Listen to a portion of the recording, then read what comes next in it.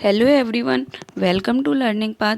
इस चैनल में सीटेट के लिए सीरीज स्टार्ट की गई है जिसमें ए टू जेड सभी सब्जेक्ट का कंप्लीट कोर्स होगा। सीटेट में अच्छे मार्क्स लाने के लिए आपको इससे बाहर कुछ नहीं पढ़ना होगा।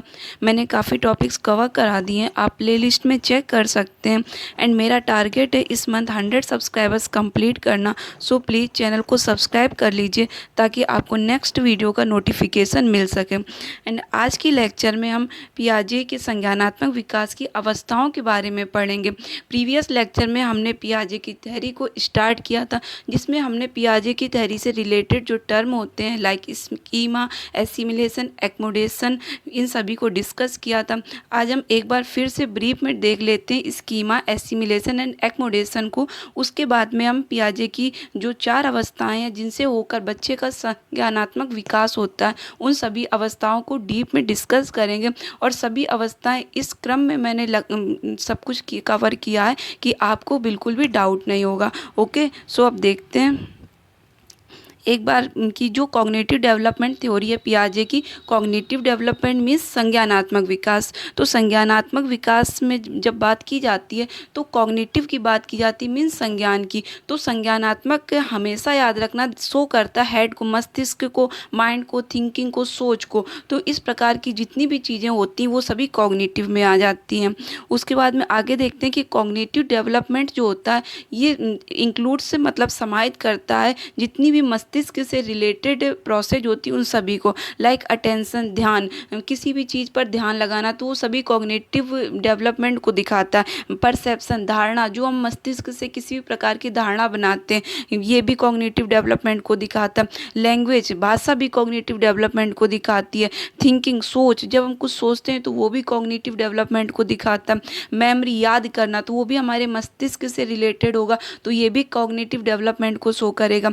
एंड रीजनिंग, तर्क, जब किसी चीज़ का तर्क करते हैं तो वो भी कॉग्निटिव डेवलपमेंट से रिलेटेड होगा। ओके, तो ये कॉग्निटिव डेवलपमेंट, संज्ञानात्मक विकास, इन सभी चीज़ों को इंक्लूड्स करता है। बेसिकली कुछ टर्म्स होते हैं जिनको अगर आपने पहले से ही समझ लिया तो आपको क्वेश्चन के आंसर टैकल करने में प्रॉब्लम्स नहीं क्रिएट होती। इसलिए मैं कोई भी तैयारी कराती हूँ कि किसी भी मनोवैज्ञानिक का सिद्धांत कराती हूँ तो उनसे रिलेटेड टर्म जरूर आपको डिस्कस करती हूँ ताकि आपको कोई भी प्रॉब्लम ना हो। ओके, मोस्टली लोगों को टर्म्स में ही प्रॉब्लम होती है, लोग समझ ही नहीं पाते कि ये क्या होता है। इसलिए मैंने इस तरीके से डिज़ाइन किया है कि आप सब कुछ समझ लें। ओके, अब आगे देखते हैं हम एक बार ब्रीफ में डिस्कस कर लेते हैं। एंड प्रीवियस लेक्चर जो था उसमें हमने स्कीमा एंड अनुकूलन, आत्मसात्करण, समायोजन डिस्कस कर लिया था। इस वीडियो में एक बार देख लेते हैं फिर से कि स्कीमा क्या होता है। तो स्कीमा बेसिकली वो चीज़ होती है जो हम पहली बार देखते हैं। बच्चा जो पहली बार देखता है और उस चीज़ को पहली बार देखने के बाद उसका मेंटल स्ट्रक्चर, मस्तिष्क में संरचना बना लेना ही स्कीमा होता है। किसी भी चीज़ को पहले देखना, लाइक बच्चा अगर पहली बार नोटबुक देखता है तो नोटबुक को उसने मेंटल स्ट्रक्चर बना लिया। उसने पहली बार किसी चिड़िया को देखा तो चिड़िया का मेंटल स्ट्रक्चर बना लिया। उसने पहली बार किसी बॉल को देखा तो बॉल का मेंटल स्ट्रक्चर बना लिया। उसने पहली बार किसी एनिमल को देखा तो एनिमल का मेंटल स्ट्रक्चर बना लिया। इस तरह मस्तिष्क में संरचना बच्चा बनाता जाता और इसी प्रकार से उसका एक संगठित रूप हो जाता है ज्ञान का। बस यही होता है स्कीमा। ओके, बस स्कीमा में और कुछ नहीं, बस इतना समझ लीजिए कि पहली बार कुछ भी देखना और देखकर उसकी मानसिक संरचना बना लेना ही स्कीमा होता है।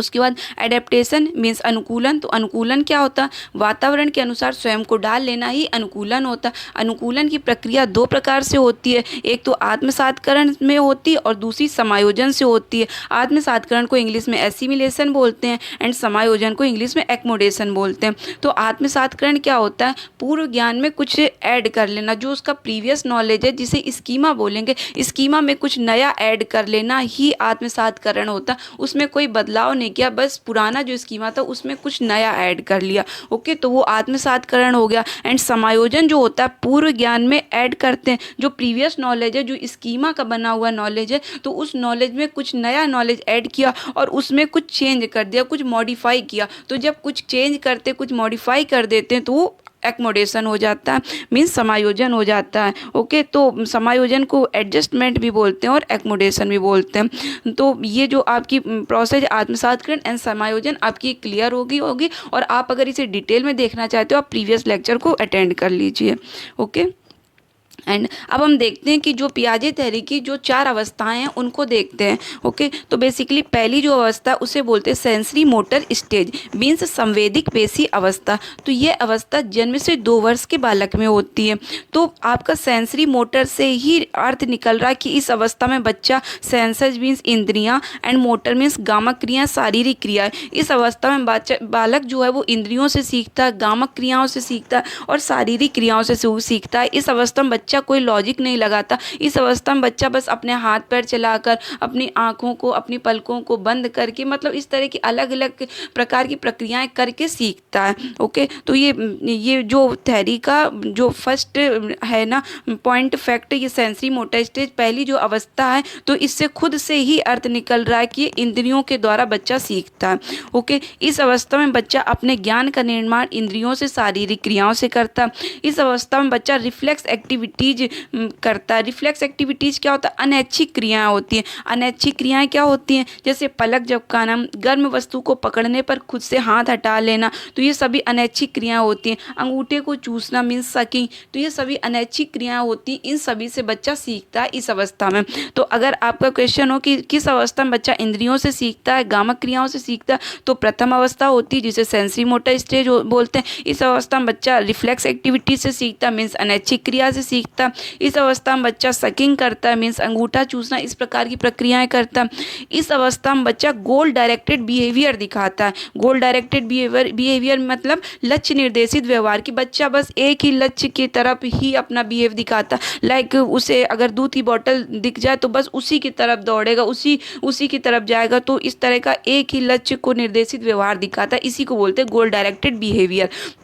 एंड डिफर्ड इमिटेशन मीन्स होता है देर से नकल करना। तो ये जो अवस्था होती है सेंसरी मोटर स्टेज, तो इस अवस्था में बच्चा जैसे जैसे जन्म से 2 वर्ष की अवस्था होती है, तो जब बच्चे का जन्म होता है तो बच्चा सेंसेस से सीखता है, अपने रिफ्लेक्स एक्टिविटी से सीखता है, बच्चा गोल डायरेक्टेड बिहेवियर करने लगता है। उसके बाद बच्चा डिफर्ड इमिटेशन करने लगता है, मतलब देर से नकल करने लगता है। बच्चा नकल करके सीखता है, जो बड़े होते हैं, जो आसपास के लोग होते हैं, उनसे नकल करके सीखता है। मतलब जिसमें बालक देखे गए जो व्यवहार होता है उनको दोहराता है।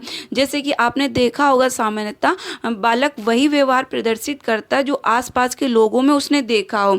जैसे अब वह अपने आसपास के लोगों के व्यवहार को प्रदर्शित करेगा और उन्हीं के अनुसार ही काम करेगा। जैसे नकली फ़ोन में किसी से बात करना, जैसा कि अपने माता या पिता को बात करते हुए देखता या सुनता है, उसी तरीके से बालक खुद भी किसी नकली मोबाइल को लेकर के बस उसी तरीके से बात करेगा। तो बालक जब इस तरीके के जो भी व्यवहार अपने आसपास देखता है उन सभी को नकल करता है। इसी को बोलते हैं डिफर्ड इमिटेशन, देर से नकल करना। ओके, तो इस सेंसरी मोटर स्टेज में बच्चा करता है। इसके बाद इस अवस्था के अंत तक बच्चे में ऑब्जेक्ट परमानेंस मीन्स वस्तु स्थायित्व का गुण आ जाता है। तो ये ऑब्जेक्ट परमानेंस क्या होता है, ये आपके एग्जाम में भी क्वेश्चन आता है। ऑब्जेक्ट परमानेंस ये होता है कि बच्चा कोई भी चीज़ होती है, कई बार आप देखते हैं कि बालक अगर लाइक कोई भी बॉल है अगर, तो बच्चे को अगर बोल दिया जाए कि माँ उसकी बॉल उससे ले लेगी और बोलेगी कि लो चिड़िया ले गई बॉल, तो बालक के जब जन्म होता है बालक का इस अवस्था में, तो तब तक थोड़े दिन तक तो बच्चे को लगता है कि हाँ चिड़िया ले गई,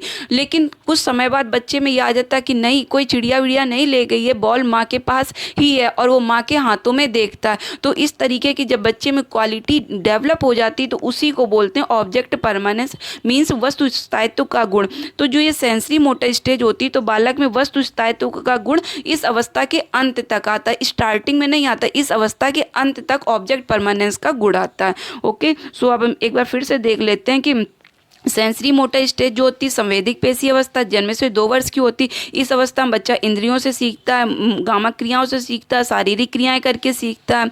एंड इस अवस्था में बच्चा रिफ्लेक्स एक्टिविटीज करता है, सकिंग करता है मीन्स अंगूठा चूसना। इस अवस्था में बच्चा गोल डायरेक्टेड बिहेवियर करता है, लाइक लक्ष्य निर्देशित व्यवहार करता है, डिफर्ड इमिटेशन करता है, देर से नकल करता है। इसके बाद में इस अवस्था के अंत तक बच्चे में ऑब्जेक्ट परमानेंस मीन्स वस्तु स्थायित्व का गुण आ जाता है। ओके, तो अगर आपके एग्जाम में क्वेश्चन भी आ सकता है कि बच्चे में वस्तु स्थायित्व का गुण जो संवेदी पेशी अवस्था में आता है तो वो किस समय आता है, जब वो अवस्था की लास्ट टाइम होता है तब आता है, स्टार्टिंग टाइम में ही आ जाता है। तो अवस्था का लास्ट टाइम जब होता है तब इसका गुण आता है। ओके, सो आई होप समझ आया होगा। आपके एग्जाम में इसी तरह से क्वेश्चन होते हैं, आप देखिएगा PYQ आपको समझ आ जाएगा। एंड अब हम नेक्स्ट देखते हैं स्टेज, जिसे बोलते हैं प्री ऑपरेशनल स्टेज, जिसे हिंदी में बोलते हैं पूर्व संक्रियात्मक अवस्था। यह जो अवस्था होती है बच्चे की 2 से 7 वर्ष की होती है। ओके, तो अब इस अवस्था को आप बस इस तरह से समझ सकते हैं कि यह जो अवस्था होती है पूर्व संक्रियात्मक, मतलब किसी भी प्रकार की संक्रिया करने से पहले की अवस्था। इस अवस्था में बच्चा किसी भी प्रकार की संक्रिया नहीं कर पाता, किसी भी प्रकार का तर्क नहीं कर पाता, किसी भी प्रकार का लॉजिक नहीं लगा पाता बच्चा। ओके, तो इसी को बोलते हैं pre operational stage. So before logic, तर्क से पहले की अवस्था होती, लैक ऑफ लॉजिक, तर्क की कमी होती है, सिंबॉलिक लर्निंग, प्रतीकात्मक अधिगम। इस अवस्था में बच्चा प्रतीकात्मक अधिगम करता है। अब अगर ये क्वेश्चन हो जाए कि प्रतीकात्मक अधिगम क्या होता है, सिंबॉलिक लर्निंग क्या होता है, तो लाइक बच्चा बचपन में जो गेम देखता है, टीवी में देखता है, अगर उसने कोई भी देख लिया, लाइक शक्तिमान वगैरह, जो बच्चे पहले आता था टीवी में शक्तिमान देखा, तो उसी तरीके से बच्चा शक्तिमान का रोल करता है, सिंबॉलिक लर्निंग करता है, खुद से उसी तरीके से उड़ने की कोशिश करता है। तो इसी प्रकार का जो रोल बच्चा करता है उसी को बोलते हैं सिंबॉलिक लर्निंग, मतलब कुछ देख कर सीख लेता है, इस प्रकार की क्वालिटी, उसी को बोलते हैं सिंबॉलिक लर्निंग। एंड इस अवस्था में बच्चे में ईगोसेंट्रिज्म का गुण आ जाता है। ईगोसेंट्रिज्म मतलब अहम केंद्रिता, अहम केंद्रिता मतलब खुद को सर्वा समझना, कि बच्चा खुद को ही सब कुछ समझता है। वो बोलता है ये मेरी ही माँ है, ये और किसी की माँ नहीं, ये बस मेरी ही माँ। तो बच्चे को लगता है सब कुछ मेरा, अगर बच्चे ने जो बोल दिया बस वही, अगर उससे बच्चे से बोला जाएगा ऐसा नहीं ऐसा, तो बच्चा रोने लगेगा, बच्चे को लगेगा सब कुछ मैं हूँ, सब कुछ मेरा। ओके, तो इसी को बोलते हैं ईगोसेंट्रिज्म, मतलब अहम केंद्रित, बच्चा खुद में ही केंद्रित रहता है। एंड एनिमिज्म, जीववाद, बच्चे में प्री ऑपरेशनल स्टेज में जीववाद का गुण होता है। जीववाद मतलब जो नॉन लिविंग बींग्स होते हैं, जो अजीवित होते हैं, उनमें भी बच्चा जीव को समझता है। लाइक अगर उसकी कोई फेवरेट शर्ट है और वो फट गई, तो बच्चा उस शर्ट के लिए बहुत रोएगा और उसे लगेगा कि इसमें भी जीवन है और ये लिविंग बींग्स की तरह उसे भी ट्रीट करेगा। तो इस तरह बच्चा एनिमिज्म, जीववाद शो करता है इस अवस्था में। एंड बच्चा प्रिटेंड प्ले करता है, दिखावा करता है, कि बच्चा जो खुद नहीं होता उस तरह का भी दिखाने की कोशिश करता। लाइक अगर उसके पापा डॉक्टर हैं तो खुद भी डॉक्टर की ड्रेस पहनकर और उस तरह का रोल प्ले करेगा, तो एक तरह से दिखावा करने की कोशिश करता है, जिसे प्रिटेंड प्ले बोलते हैं।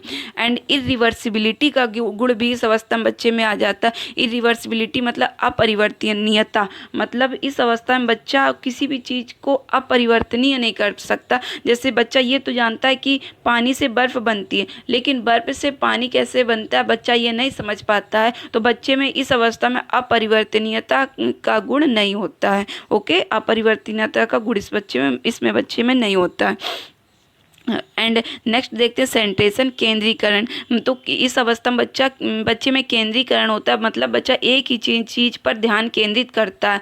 तो इसमें प्री ऑपरेशनल स्टेज जो होती है, तो ये अवस्था ही होती है जिसमें बच्चा कोई लॉजिक नहीं लगा पाता, इसमें कहीं ना कहीं बच्चे में किसी ना किसी चीज़ में कमी होती है, तो ये उसी अवस्था को दिखाता है। ओके, तो उस अवस्था को दिखाएगा। तो सेंट्रेशन में, केंद्रीकरण में बच्चा एक ही चीज़ पर केंद्रित होता है, तो इसी को बोलते हैं सेंट्रेशन। तो आपके एग्जाम में क्वेश्चन भी चुका कि सेंट्रेशन किस अवस्था में होता है, बच्चे का केंद्रीकरण किस अवस्था में होता है, तो बच्चे का केंद्रीकरण प्री ऑपरेशनल स्टेज में होता है। ओके, तो ये एक बार हम फिर से देख लेते हैं इस अवस्था में क्या क्या होता है। इस अवस्था में बच्चा जो प्री ऑपरेशनल स्टेज होती है, पूर्व संक्रियात्मक अवस्था 2 से 7 वर्ष की होती है। इस अवस्था में बच्चा कोई तर्क नहीं लगा पाता, तर्क के पहले की अवस्था होती, तर्क की कमी होती। इसमें बच्चा सिंबॉलिक लर्निंग करता, प्रतीकात्मक अधिगम करता। लाइक उसने अगर कोई मिठाई का डिब्बा है तो उसको अपना खिलौना बना लिया, तो इस तरह की भी बच्चा एक्टिविटी करता है इस अवस्था में। एंड ईगोसेंट्रिज्म में खुद को सर्वा समझता है, अहम केंद्रित होता है। एनिमिज्म, जीववाद होता है इस अवस्था में बच्चे में। प्रिटेंड प्ले करता है, दिखावा करता है, जो खुद नहीं होता उस तरह के भी रोल करता है। बच्चे में इरिवर्सिबिलिटी होती है, अपरिवर्तनीयता का गुण होता है। लाइक वो ये तो जानता है कि पानी से बर्फ बनती है, लेकिन ये नहीं जानता कि बर्फ से पानी भी बनता है। इस तरह की क्वालिटी उसमें नहीं होती है। इस अवस्था में बच्चा सेंट्रेशन होता है, केंद्रीकरण होता है, एक ही चीज़ पर ध्यान केंद्रित करता है। ओके, आई होप समझ आया होगा।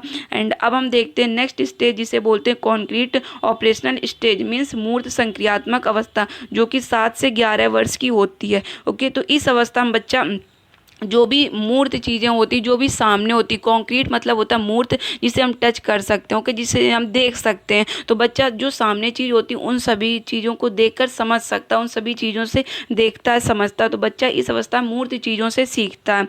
तो इस अवस्था में बच्चे में कंजर्वेशन का गुण आ जाता है। तो कंजर्वेशन क्या होता है? संरक्षण। तो संरक्षण ये होता है, फॉर एग्जाम्पल कि कोई दो ग्लास हैं, एक ग्लास बड़ा एक ग्लास छोटा, और दोनों में इक्वल क्वांटिटी में कोल्ड ड्रिंक है, ओके। तो बच्चे से अगर बोला जाएगा कि आपको कौन सा ग्लास चाहिए, तो बच्चा बड़ा वाला ग्लास लेगा, क्योंकि उसे ये लगेगा कि बड़ा वाला जो ग्लास है उसमें ज़्यादा कोल्ड ड्रिंक होगी और छोटे वाले ग्लास में कम कोल्ड ड्रिंक होगी, जबकि दोनों की क्वांटिटी कोल्ड ड्रिंक की सेम है। तो बच्चे में लेकिन कुछ समय बाद बच्चा ये समझने लगता है कि दोनों की क्वालिटी सेम है, बड़ा ग्लास हो या छोटा ग्लास हो। तो बच्चा किसी भी ग्लास को ले सकता है और ये बता सकता है कि दोनों की क्वांटिटी जो है वो सेम है, दोनों में मात्रा सेम है। तो इस प्रकार के गुण बच्चे में इस अवस्था में आ जाते कॉन्क्रीट ऑपरेशनल स्टेज में।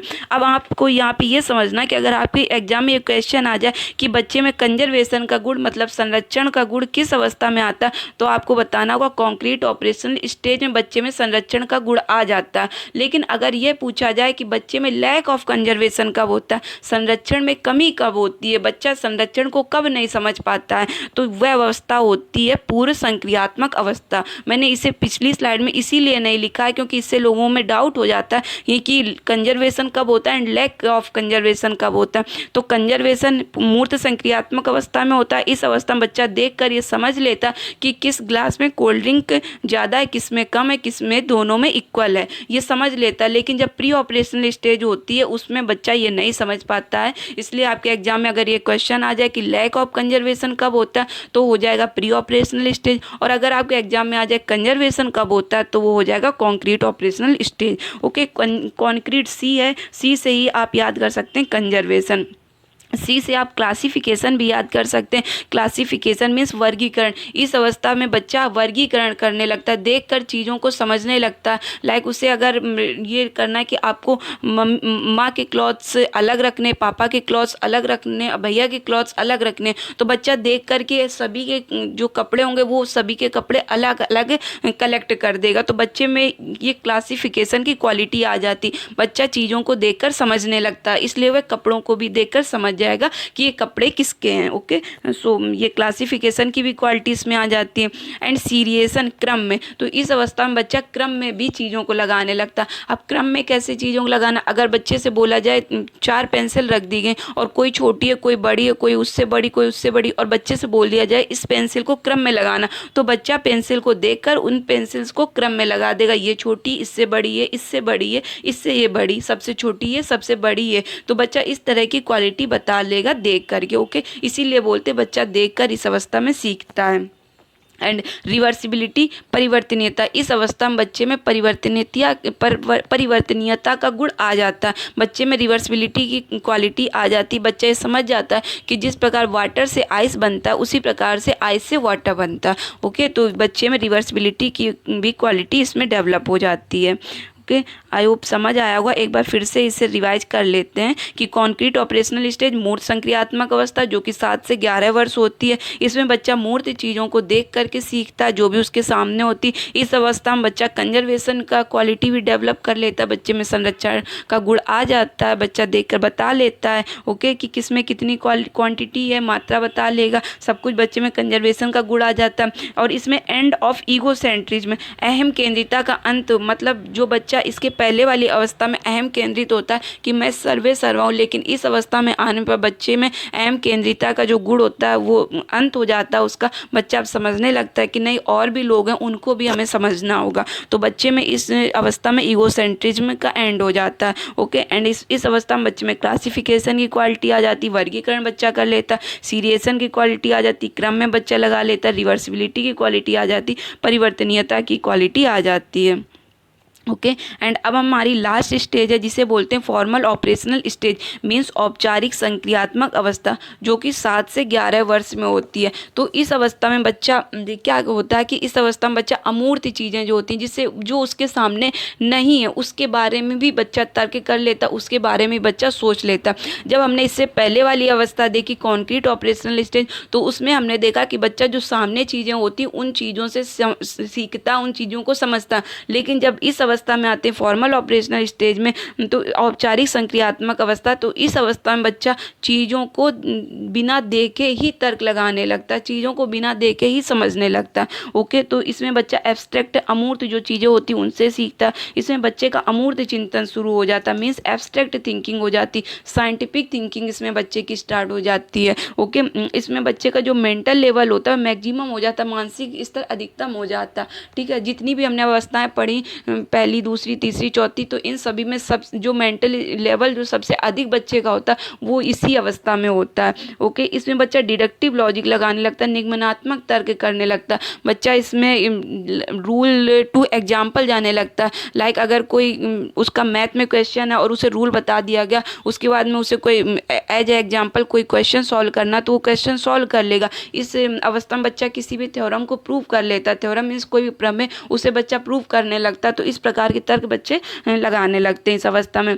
इस अवस्था में बच्चे में हाइपोथेटिकल रीजनिंग मीन्स परिकल्पनात्मक तर्क विकसित हो जाता है, जो उसके सामने नहीं है बच्चा उसके बारे में भी सोच लेता है। ओके, इस अवस्था में बच्चा प्रॉब्लम सॉल्विंग, समस्या को हल करने लगता है, कोई भी प्रॉब्लम होती है उसका सॉल्यूशन ढूंढ ही लेता है। ओके, तो ये अवस्था हमारी फॉर्मल ऑपरेशनल स्टेज हुई। इसे एक बार फिर से रिवाइज कर लेते हैं। फॉर्मल ऑपरेशनल स्टेज मीन्स औपचारिक संक्रियात्मक अवस्था। यह अवस्था 7 से 11 वर्ष की होती है। इस अवस्था में बच्चा अमूर्त चिंतन करता है, एब्स्ट्रैक्ट थिंकिंग करता है, जो उसके सामने नहीं उसके बारे में भी सोचता है, साइंटिफिक थिंकिंग करता है। इस अवस्था में बच्चे का मेंटल लेवल जो होता है मैक्स लेवल पर पहुंच जाता है। इस अवस्था में बच्चा डिडक्टिव लॉजिक लगाता है, निगमनात्मक तर्क लगाता है। इस अवस्था में बच्चा थ्योरम को प्रूव करने लगता है। इस अवस्था में बच्चा हाइपोथेटिकल रीजनिंग लगाता है, मीन्स परिकल्पनात्मक तर्क, जो उसके सामने ने उसके बारे में भी सोचने लगता है। इस अवस्था में बच्चा प्रॉब्लम सॉल्विंग, समस्या को हल करने लगता है। ओके, आई होप आपको समझ आया होगा। एंड यहाँ से हमारे जो चारों अवस्थाएं हैं पियाजे की वो कंप्लीट होती हैं।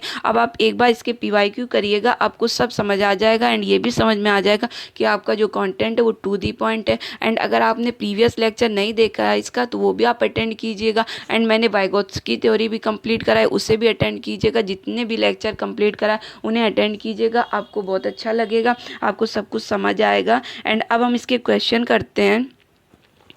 हमारा पहला क्वेश्चन है, अमूर्त वैज्ञानिक चिंतन की क्षमता का विकास निम्न अवस्थाओं में से किसकी एक अवस्था में होता है? अमूर्त वैज्ञानिक चिंतन मतलब अमूर्त वैज्ञानिक चिंतन मतलब बिना देखे वैज्ञानिक चिंतन बच्चा किस अवस्था में करता है? पहला मूर्त संक्रियात्मक अवस्था। मूर्त संक्रियात्मक अवस्था मतलब जो सामने चीज होती है, लेकिन स्टार्टिंग में क्वेश्चन में ही दे दिया गया अमूर्त, तो फर्स्ट ऑप्शन रॉन्ग हो गया। औपचारिक संक्रियात्मक अवस्था, एंड थर्ड है संवेदिक गतिक अवस्था, एंड फोर्थ है पूर्व संक्रियात्मक अवस्था। तो ये जो बी ऑप्शन है ये करेक्ट होगा, औपचारिक संक्रियात्मक अवस्था, क्योंकि जो बच्चा है फॉर्मल ऑपरेशनल स्टेज औपचारिक संक्रियात्मक अवस्था, इसी में बच्चा जो है अमूर्त वैज्ञानिक चिंतन करने लगता है, जिसे जो सामने चीज़ें नहीं होती उनके बारे में भी संक्रियाएं करने लगता है। ओके, सो ऑप्शन भी करेक्ट होगा।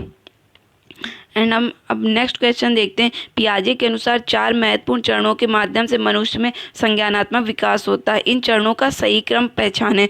तो फर्स्ट ऑप्शन है पूर्व संक्रियात्मक अवस्था, एंड फिर औपचारिक संक्रिया की अवस्था, मूर्त संक्रिया अवस्था, संवेदी गत्यात्मक अवस्था। तो ऑप्शन ए रॉन्ग हो जाएगा, क्योंकि हमने पहले संवेदी गत्यात्मक अवस्था की बात की थी, so option A wrong. And second option देखते इंद्रिय गतिक अवस्था, बी मूर्त संक्रियात्मक अवस्था, फिर औपचारिक संक्रियात्मक अवस्था, देन पूर्व संक्रिया अवस्था। तो ये भी रॉन्ग हो जाएगा, क्योंकि सबसे लास्ट में आती है औपचारिक संक्रिया अवस्था, सो बी रॉन्ग हो जाएगा।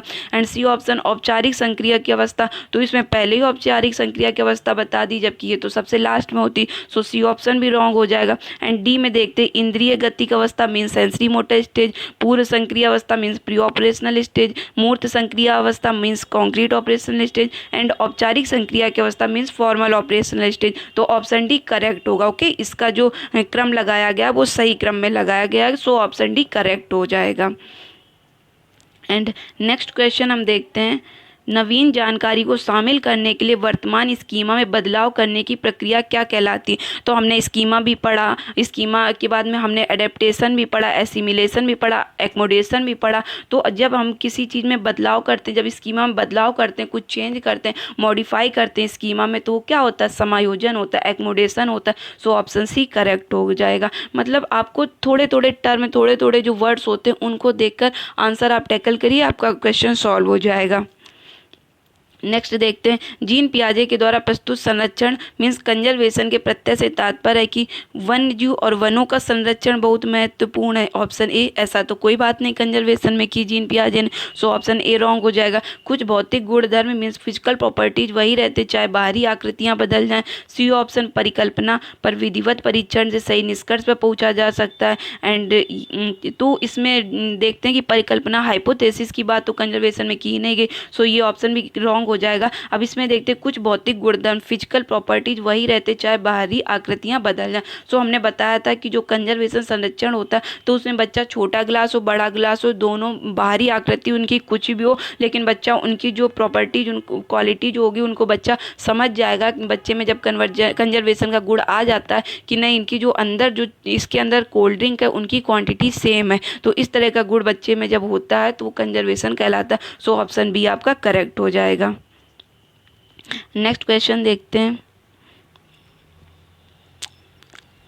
छिपी हुई वस्तुएं खोज निकालना इस बात का संकेत है कि शिशु निम्न में से किस संज्ञानात्मक कार्य में दक्षता प्राप्त करने लगा। कि बच्चा कोई छिपी वस्तु उसे भी ढूंढ लेगा। उसकी माँ अगर बोल देगी कि आपकी कार चिड़िया ले गई, तो बच्चा उस भी चीज़ को बोलेगा नहीं आपके पास, ये बच्चा उसे ढूंढेगा अपनी कार को। तो ये इसे क्या बोलते हैं, इसे अभी हमने पढ़ा था, इसे बोलते हैं ऑब्जेक्ट परमानेंस मीन्स वस्तु स्थायित्व। सो ऑप्शन भी करेक्ट हो जाएगा।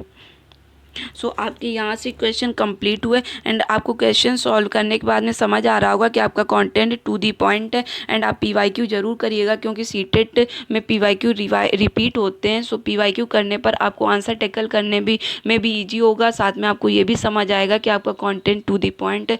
एंड आप लोग चैनल को लाइक, सब्सक्राइब एंड शेयर भी करिएगा। आप लोग सब्सक्राइब भी नहीं करते हैं, आप लोग सब्सक्राइब करिए जिससे मुझे मोटिवेशन मिले एंड मैं आपको और अच्छे वीडियो प्रोवाइड कर सकूं। एंड और आप पीवाईक्यू जरूर करिएगा। And thank you for watching.